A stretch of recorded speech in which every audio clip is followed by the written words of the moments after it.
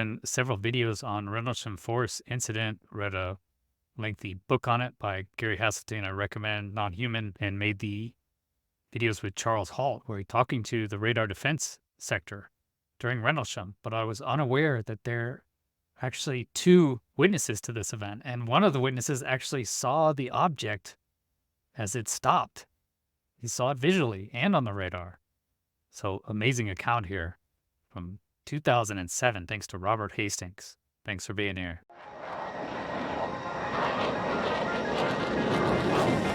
Chris Lehto, welcome to LehtoFiles. Okay, this must be Robert Hastings here on the right. He's a prominent figure in UFO research, particularly known for his work on UFO sightings near nuclear weapons facilities. But I didn't know that actually he developed an interest in UFOs at a young age, sparked by his father's position as an Air Force officer and radar operator. So that exposed him to reports of unidentified aerial phenomena. And here we're going to see two interviews with radar operators. The link to the full video in the description. In 2007, Robert Hastings located and interviewed the two retired Air Force air traffic controllers who had been on duty at the Bentwaters Tower that week. Ike Barker and Jim Carey divulged for the first time they had actually tracked a bona fide UFO on radar the night that Colonel Halt was in the woods. Okay, that's just amazing information to me. You know, as much as that case has been investigated, happened December 1980. So not till 27 years after the event are they actually giving out this information. Were they not asked? Were they not investigated? It's just amazing. And there's no record of Rendlesham anywhere, even though, according to Charles Halt, it was actually investigated by OSI. There was a secret investigation on the side. And Halt said he actually contacted radar sector and said, is there anything out there? And it didn't seem like he had solid information. But now here's two radar operators who were in the Air Force coming out 2007. Amazing.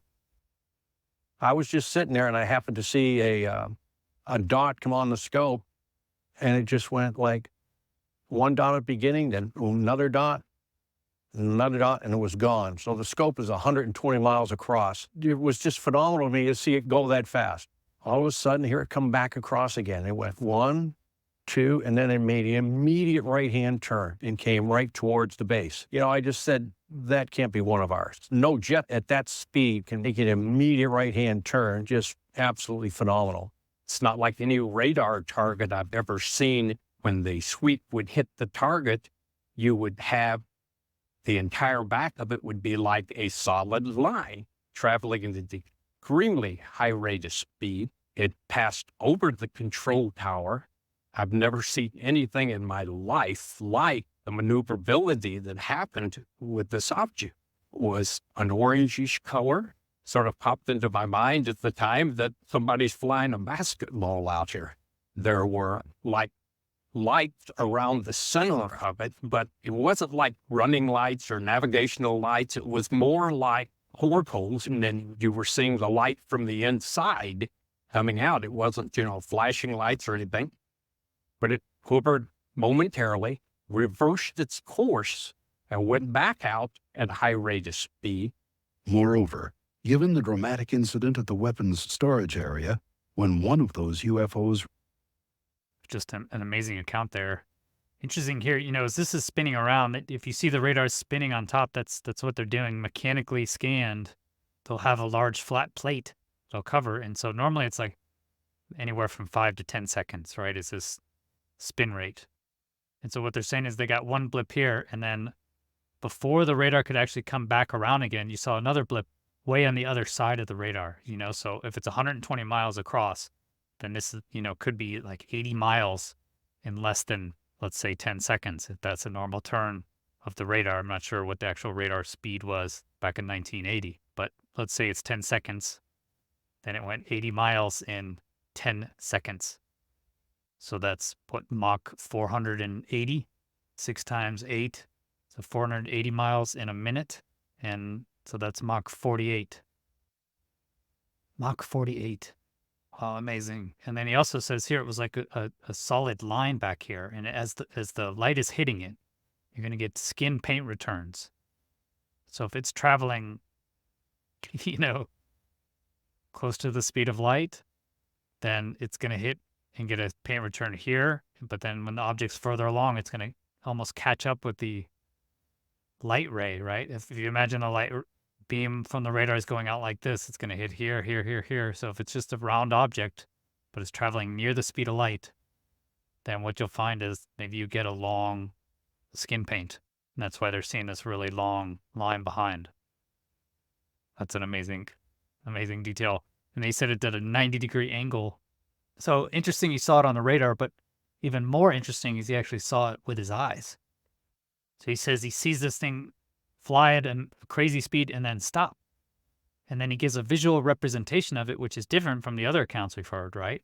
Charles Halt said it was like a football-sized object, red, or there was bright white lights high up in the sky. But this is a red basketball, like he said, with lights from the inside that looked more like portholes.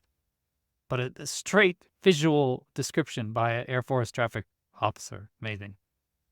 Moreover, given the dramatic incident at the weapons storage area, when one of those UFOs reportedly directed laser-like beams down into the facility, it becomes clear that this case had a nuclear weapons connection.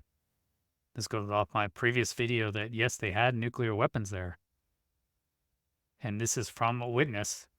Came out again recently that they shot down beams of light into the nuclear weapons storage area.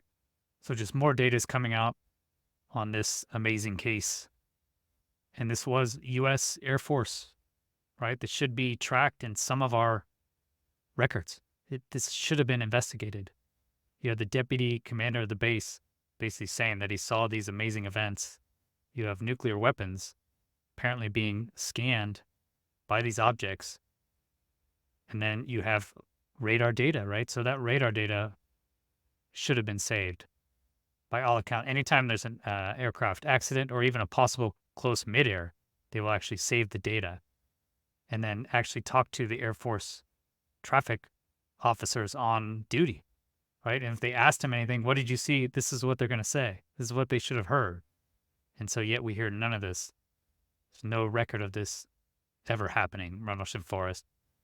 And Arrow won't even mention it. Thank you for watching. Please hit the like button. It really helps and it's free. Consider subscribing to get future notifications of when I release videos.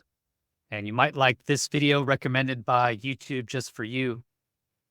If you want to support the channel, join these great people over here, get exclusive bonus content, then click this button here, patreon.com/chrislehto, or become a YouTube member. If you want to continue the discussion, go to UAP Society Discord. Links are all in the description. Have a great rest of your day. Peace.